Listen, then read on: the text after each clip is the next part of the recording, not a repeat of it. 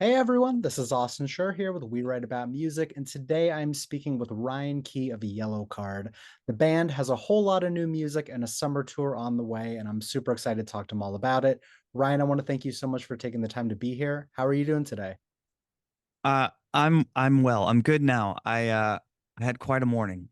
My 4-year-old Mac Pro tower that I do all of my recording and working on has completely left the building. I had to go to the Apple store and they confirmed it's the Oh, motherboard or the jeez. processor or something. So that's again, I apologize. I was a little late. That's why I was on No, my way back no from the store. worries. Thousands of dollars on a new computer today was not in the plans, but here we No, are. Here we are. I So, I am truly so sorry. I hope that you didn't lose anything important. Like, were you able to well, recover? the nice thing is that the only thing I need to recover is my recording sessions, and all of that Sure. is both on a drive and on like a cloud Dropbox. I don't really use Okay. the computer for anything other than that. So I would have Nice. to reinstall everything on a new machine, anyways, like all the Uh, software. So, it is yeah. what it is. I understand. You hear so many horror stories about people's computers breaking and them losing months and months of recording sessions. So Yeah. I guess that's the silver lining, but spending thousands of dollars typically sucks on whatever it is. Yeah. Yeah, it really Um, does. Really so does. Especially I don't blame you for when you being already upset. did that on a machine, you know? Yeah, So I sympathize and I'll apologize again for it's all good. I've got a Big nice Big cool Apple. glass of white wine in my hand now, and Nice. talking music. We're good to go, man. Sweet. Sip it down. We're gonna have a good time and keep this quick. Um, First thing I wanted to get to here was I wanted to talk about this collaboration record, A Hopeful Sign, that came out with Hammock. I've been Yeah. listening to it nonstop. It's truly fantastic. I wanted to take a look sort of behind the scenes and know, like, how did you begin to reimagine some of these classics from your discog? hmm Um, Back in 2020, when the pandemic hit and touring was taken off the table, I kind of figured out quickly how to shift everything I was doing online.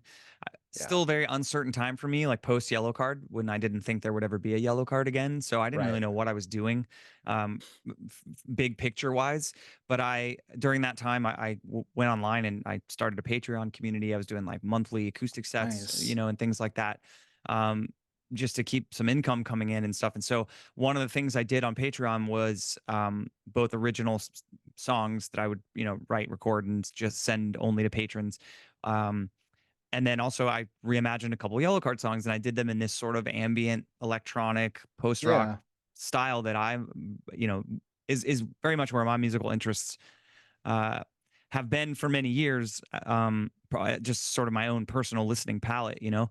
But anyways, I did a couple songs and it kind of got the idea going in my head. What if I did an EP or an album full of these songs? And I had friends come and guest on them. So I hit up Vic from Pierce the Veil and Jordan from Newfound Glory and on down the list and was like, would you be Nice. down to maybe jump on and do something like this?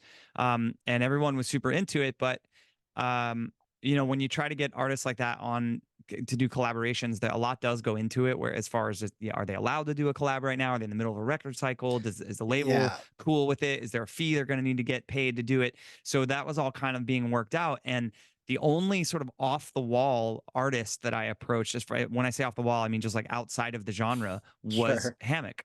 I became friends with Mark from Hammock, living in Franklin, Tennessee. I lived there for about 7 years, and Oh, we connected online, and then realized that we lived in the same town, and we just kind of hung out. And Hammock is one of my all-time favorite bands, so nice. it was really huge to develop a relationship with Mark and Andrew, and so I hit them up and said, I'm doing this thing. Would you guys be interested in maybe doing a song? You're the only artist in kind of the post rock or ambient space that I've approached. And Mark was like, that sounds awesome. We'll take a stab at it. And while I was kind of waiting for others to sort out like if they could do a collab or whatever, I just got a song back from Hammock, and it was Empty Street, which is the first song on the Nice. record that's now a record. And I was just blown away. I mean, hearing a Yellow Card song, it's almost like performed by Hammock. It was so surreal Right. to listen to, because I'm such a fan of what they do. And so I taught my manager at the time, who was kind of helping me navigate this like pseudo solo career thing I was trying to do. Right. I was like, what if we just did a whole thing with Hammock if they were down? And so they were down. We were talking about maybe doing an EP. And it's funny because the original conception of it would have been so diluted. It was like William Ryan Key and Hammock covering Yellowcard. It was like there were so many Right. layers It's to the it's onion. It was like, interesting. what is this even, right? And so when Yellowcard started to pick up steam and it looked like we were going to be a band again, which was totally surreal, and Sure. it still is. Um, I brought some of the rough mixes that I had from the Hammock guys to the Yellow Card guys and said, "Hey, I have this thing. We could maybe talk to them about doing more and making it an actual Yellow Card release now." Everybody loved that idea. Josh, our bassist, is how I found out about Hammock. He's a massive fan too, and so he was blown away. Like, what are you talking about? What are we doing? Yeah. And so I went back to Mark and Andrew and I said, "Hey guys, this could be a bigger thing. The band is really into it, and I think we could make it something really special." And they were super into it, and so I just sent them piano and vocal. That's it. So there's really nothing I did other than the vocal in the tracks that you hear. It's all Hammock, or it's all original Hammock music, Wow. supporting these reimagined versions of the Yellow Card songs. So um, song selection was fun. I did like polls on my Twitch channel while I was streaming to let the fans kind of Nice. choose which songs that we should do. Outside of the obvious, needed to Of do only course. one, needed to do Ocean Avenue, but other than that, it's a lot of deep cuts. So it's a real, I don't know, kind of milestone moment in our career, I think, to collaborate with an artist of that caliber, and an artist we are such huge fans of. And personally, as I was making music after Yellowcard ended in 2017, just a huge influence on the music I was making on my own. And so it's a really special thing. And I, fans who have discovered it and heard it. It's one of those things, I think, that you see online now where people say, I didn't need it. I didn't know I needed this till I got it, kind of thing. Like Yes, that's it the is that's the meme. 100% one of those That's the beam, records. And so Truly though, uh it's like, I think that's you the listen to coolest the response. originals. Yeah, you listen to the originals over and over and over, and it's hard to imagine a world where it's like you kind of slow down and take a step back and listen to these like atmospheric, full of soundscape types. It's just really a beautiful thing, and now I'm happy to know how it turned out or how it, kind of happened. Yeah, it was cool. You're about to embark on a huge summer tour with Third Eye Blind, and I'm super excited to see you all in LA this June. What are things going to look like for this summer's tour? Different than last summer's tour for a lot of reasons. We are Sure. opening for we've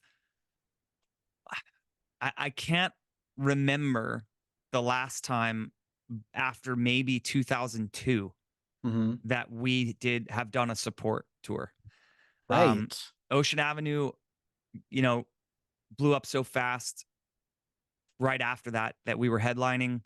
And then we just kind of kept headlining. We kind of took, oh, you know what? I can't, All Time Low in 2011. That's the last support Okay. tour we did, because we Nice. had in essence broken up in 2008 without really calling it a breakup. And then Yeah. to get our feet wet, kind of get back on the scene, we went out with All Time Low and supported them in Europe, UK, and or maybe it was just UK, but and Canada.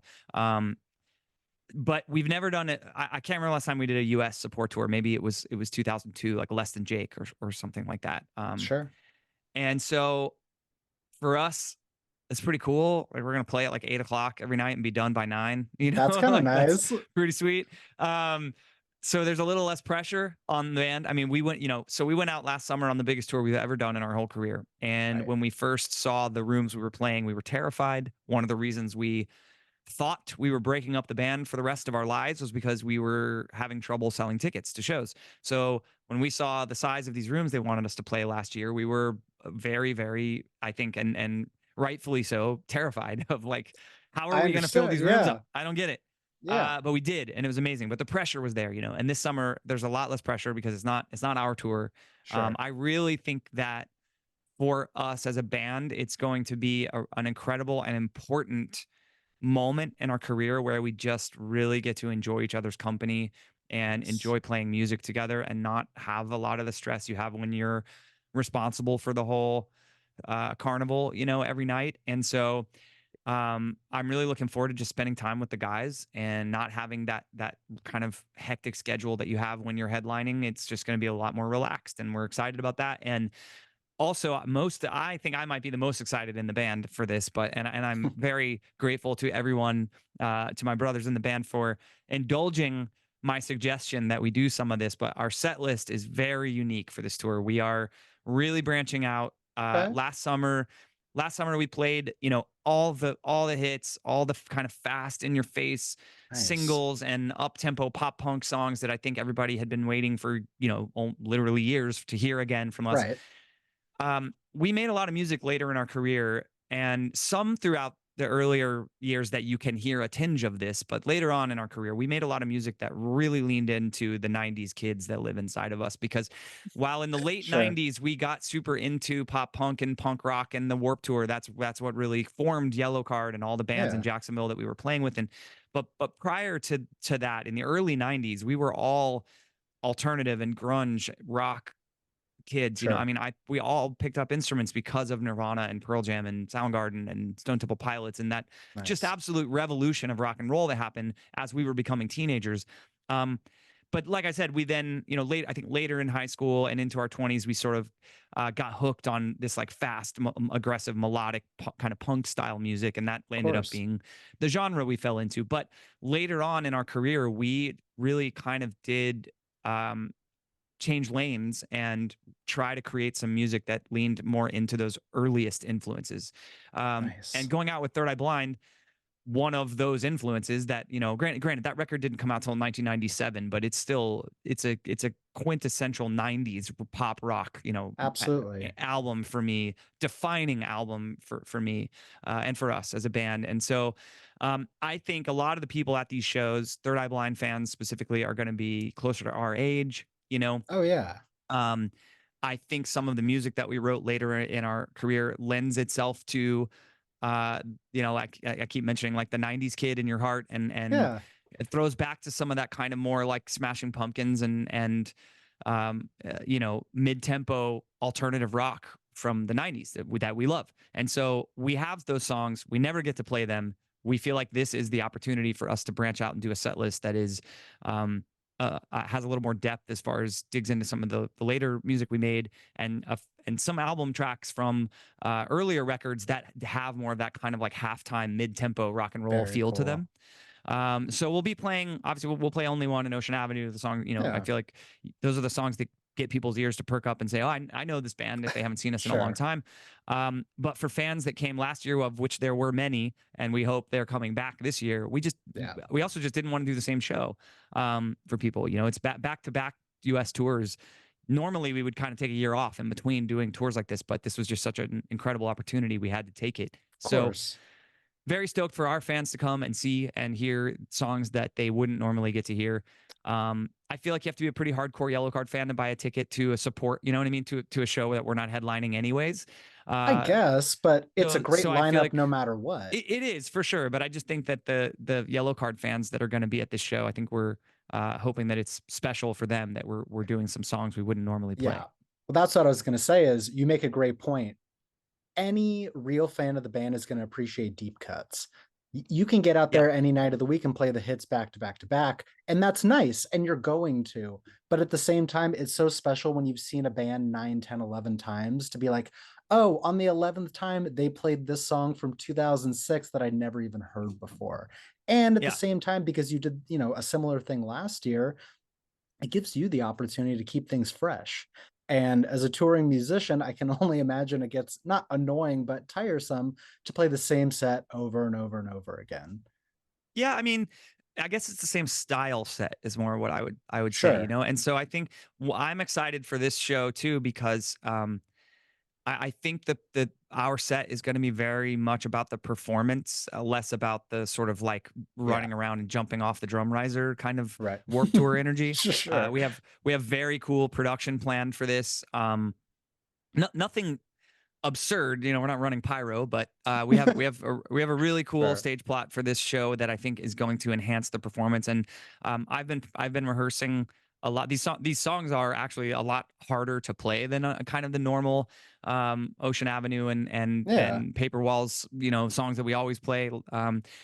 There's a lot more technical guitar work on these songs, a lot of falsetto vocals that have to come into play. So I've been rehearsing probably more than I've ever rehearsed for a tour. Cool. Um, and I'm really just excited to kind of I hope people don't like read this and take it the wrong way, but kind of just stand in one place and play well. I'm really Right. excited to just like dig into my guitar and just feel the energy of the song and the music and Yeah. really deliver a strong performance vocally and musically. So, and I think these songs that we've chosen to play really lend themselves to a great performance from a great musical performance from the band. Sure.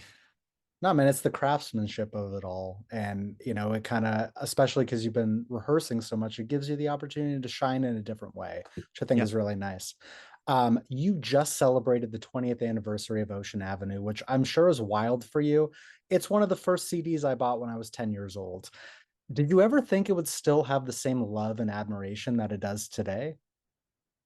Certainly not consciously. I don't think it's a thought, that we had. I mean, back then, especially, not things were moving so fast, and we were so young, and just it was a wild time. So I did not have 20 years out in my mind, No. but um, it's funny because last year is the 20th anniversary of the release, but this year really feels more like the 20th anniversary of it Okay. because it didn't really happen until 2024 or until 2004. Sure. That's when Ocean Avenue was released as a single, and when the video just blew up, and Right. we did the Video Music Awards and that huge tour in the fall we did. Um, but I say huge tour in the fall, and the tour we did last summer. Uh, Several of the rooms we played were 5 times, 6 times bigger than what we played in the Oh, fall of wow. 2004, and Nice. sold out. So, the band is bigger than we've ever been, Yeah. but in the best way, because back then there was a little bit of that. I hate using this word because I don't think we are actually these, but there was a little bit of that celebrity to it, where like if you were at the mall or you were Yeah. somewhere, people could recognize you more often because our faces were everywhere back then. Sure. Whereas now that doesn't happen as much, which is actually really nice. But the shows are just massive. They're Very cool. bigger than they've ever been. And so I'll take this level of success and the metric of people, butts in the seats is way more important than getting recognized in public to me. So I Nice. think it's wild how big the yellow card is right now. We just don't Yeah, man. understand.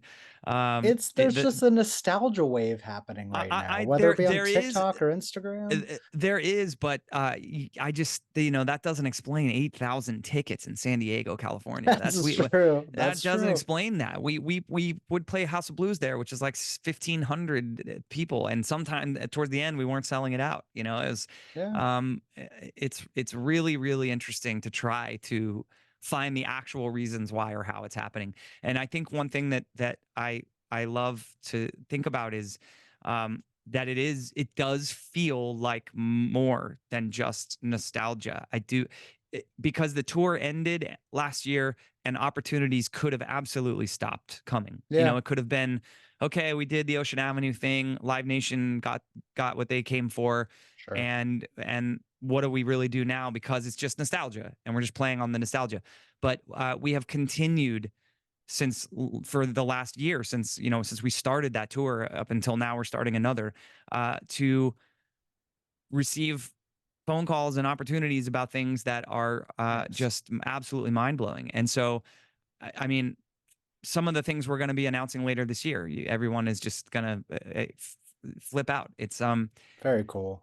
It's more than just people wanting to come here, Ocean Avenue, and relive that moment in their life. Yeah, I do think that Yellowcard, as a band, as a brand, was able to retain a fan base of true supporters, people who love the band sure. for all that it is, not just that one song or that one album. Um, and I think, I don't know what it was in the late 2000 or the mid 2010s, I should say, that led to sort of it being too challenging to sustain for us, and leading to that ultimate decision to end the band forever, because that is that's the decision we thought we were making at the time. Yeah, I don't know what it was at that time, but the patience that these fans have had for us to figure out the path we need to be on, and get back out on the road and making music together again, clearly paid off, because the I think it's a two-way street, and I think so far, everything we've done has been not only the most amazing experience we've ever had as a band, um, in each and every moment we're sharing right now, but I feel like it's kind of the same for the fans. I feel like their yellow card moments are bigger and better and more special than they've ever been. I love that, man. That makes me so happy to hear, and it kinda just, like, reignites the love for everything when you get back out there.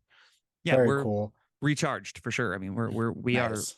looking ahead at what we're doing next, and there's some really unbelievable possibilities that I unfortunately cannot share with you That's today. totally fine, totally fine. I have a few more for you. There are some fan questions that came in. According to the fans, there's a handful of previously released music that isn't currently on streaming platforms. Is Mhm. there a plan to get everything that you've ever put out up there? Way above my pay grade, first of all, but Okay, second, probably not because I do answer this question a lot. It all has to do with licensing. Most of the things yeah, that are not available streaming are things that were um, well, I assume most people are talking about the Underdog EP and Gifts and Curses, which is a song we did for the soundtrack for Spider-Man 2 in correct. 2004. Both of those releases, we were signed to Capitol Records, but the music was licensed through another label. So Underdog EP came out on Fueled by Ramen Records, and the Spider-Man soundtrack was on Sony. And I Sure. think I think there's probably a lot of artists from our generation that dealt with this as streaming evolved and developed and became the number one way to get music. Um, there wasn't anything in place to kind of figure out, well, who gets paid, Yeah, which how do you sort out the stream, how do you divide the pie of the streaming royalties on this song to go where, to who, when, and I think those multiple licensed type records and songs unfortunately are pretty doomed at streaming. okay. It's cleared up. No one ever needs to ask you again. They will, but thank you. I'm sure they will. Are there some up and comers in the pop punk genre that you're excited about, or people that you've been listening to, you think, it's worth getting the word out? Man, I am so removed from our own genre of music. I Okay. I just am not in it at all. I listen to ambient electronica and post rock and scores soundtrack. I'm really trying to get into Nice. film and television scoring Yeah, outside of the band. So that's a lot of what I do is watch films and listen to scores and just do nice. homework. So I'm very far removed from rock and roll in general, not just pop punk. It's just really not a part Yeah, of my musical palette anymore. I know that breaks some people's hearts. I apologize. But if you I want to don't check think out it should. some of the stuff that I've done, most notably with Ryan Mendez, the lead guitarist of Yellowcard, we do have a little fun side project, if that's what we're going to call it, thing that we call Jeddah, Jedha. We released a full length album last year. It's all instrumental electronica. Um, and we did a movie score in 2020. We've done some fun stuff with it, and it's available everywhere. Like as far as streaming, you can go check it out. So Very we are cool. really hoping to work on some new music later this year here in Florida in my studio. It's been a long time since we've worked on any Jetta music, so we're hoping to do that, and then eventually also we would love somehow someday to maybe do some live performances with it too, but it's a long way Nice. off. It's just a fun thing we do as a hobby, really, on the side. Yeah, Um, man. but as far as recommending artists, man, I one of my favorite artists in the world right now, his name is Christian Loeffler. He's a Oh, German producer, DJ. Just put out a new record called A Life, and it is unbelievable. He's sweet. put out a lot of music over the last 15 years, but this is I think his best work. I'm trying to think of new artists. It's just so hard for me. And, Yeah, no and again, pressure. I listen to electronic. I love another German DJ producer named Feka, or goes by Feka, Fejka. He's amazing. There's an Icelandic duo that I absolutely worship called Kiasmos. Oh, I know They are, them. dude, they're dropping a They're new record, great. and yeah, bro, it's that they are mountaintop for me. They're dropping a new record in June, and I just everything they've released from it so far is just, how do they do what they do? I don't know, but they're so good. Um, Awesome. and then I would say one last little shout out I would love to give. So I stream on Twitch almost every day of the week. Nice. Uh, I have a channel, twitch.tv/William Ryan Key. I do everything from practice for tour to produced, like I recorded and produced the intro piece for the summer tour live on Twitch. Nice. I just streamed my Pro Tools rig so you could watch me making that. To video, to games, to just hanging out, drinking coffee, talking with fans. I do everything on there. Sweet. So if you're a Twitch user, come hang out with me. If you're not, maybe look into it because it's really fun. And I have such a killer little community on my channel of Yellowcard fans and people that have just really developed friendships um, and relationships over the last 4 years or so that I've been doing it. But there is a streamer. His channel is Closure Club. Okay. His name's Heath. Um, and he does late night streams Monday, Wednesday, Friday at 7 p.m. Pacific. And the dude, I don't know how this kid, I don't know if he's not a kid, he's a grown ass man, but I don't know Yeah. how he is not on the biggest record company on the planet Earth with the Wow. biggest record deal on the planet. I don't get it. But Nice. I've tuned into his channel a lot more lately, and I feel like I'm gonna try to. I don't know. I got to make some phone calls and see if somebody will check him out and see what Yeah, we can man. do. You gotta Because, make it dude, happen. the other night I dropped in. So when you're streaming, at the end of your stream, you do what's called raiding another channel. So you take all of your viewers over to someone else's channel that's streaming, and you kind Oh, of just drop nice. in and say hi. So we dropped in because I was gaming real late night one night, and we dropped in at like 1 in the morning or something, and he saw that I was there, and we've chatted on Twitch before, so he knew who I was, and he's a Yellowcard fan, and I dropped in. So he played right when I dropped in. He played a version of Keeper from Paper Walls, Nice. and dude, it was like, but I don't know. I don't know how to explain it. Like, Sure. no spoiler because everybody knows what our set list is this summer. So plug your ears if you don't want to know right now. But we are playing Keeper this summer, and so I I don't want to play it anymore. I can't You do gotta it. bring him I on can't touch tour. You it. gotta bring him I on dude, tour. I know. I want to. I would love for him to like come out and do something with us at like the LA or San Diego show or something because he's based in Orange Please. County. But man, go check out Closure Club. His Instagram is at the Closure Very Club. cool. And it's just, yeah, it's a really incredible late night vibe if you're into watching Nice. streamers. Very cool. Listen, I don't want to take up too much more of your time, so I want to wrap this up. I want to tell everyone we're going to have the links in our article for everything you just mentioned, plus links to the tickets to the tour, the music, just everything you could ever want is going to be in one place for you. I want to thank you so much for taking the time out of your day to do this. It really means a lot to me. I'm excited to see the tour. I'm going to tap into the stream. I'm going to check out all the scores and people you just mentioned. So thank you for the Rex. Cool. No worries, man. Thank you for having me. Awesome. Great. Have an amazing rest of your day, and I hope to speak soon. Bye bye. Bye bye. Cheers.